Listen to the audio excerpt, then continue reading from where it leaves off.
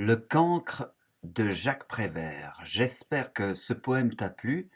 En ce qui me concerne, il m'a beaucoup plu, même si le maître a dans ce poème un très mauvais rôle. Mais examinons un petit peu ce poème de plus près. Tout d'abord, il y a très peu de mots compliqués dans ce poème. Peut-être qu'on peut s'arrêter quand même sur les huées.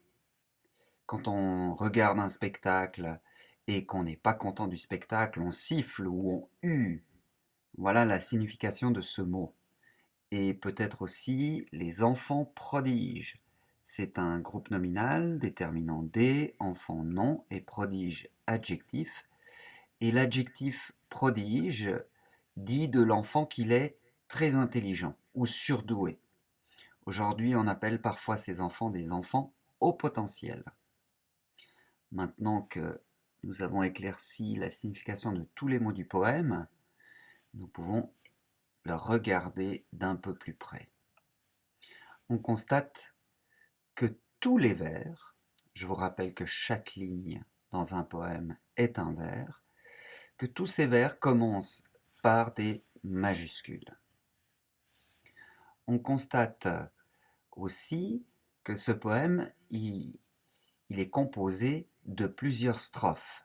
Dans le dernier cours, je vous ai parlé de couplets, mais je vais revenir là-dessus. Les couplets, on va plutôt utiliser ça pour des chansons, et pour les poèmes, on va plutôt utiliser le mot strophe. Nous avons donc 5 strophes dans le poème.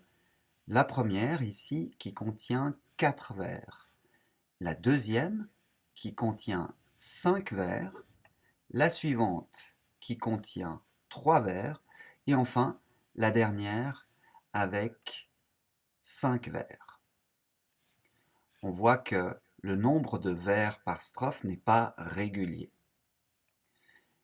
Si on examine maintenant les rimes, je vous rappelle que les rimes sont les sons qui se répètent en fin de vers.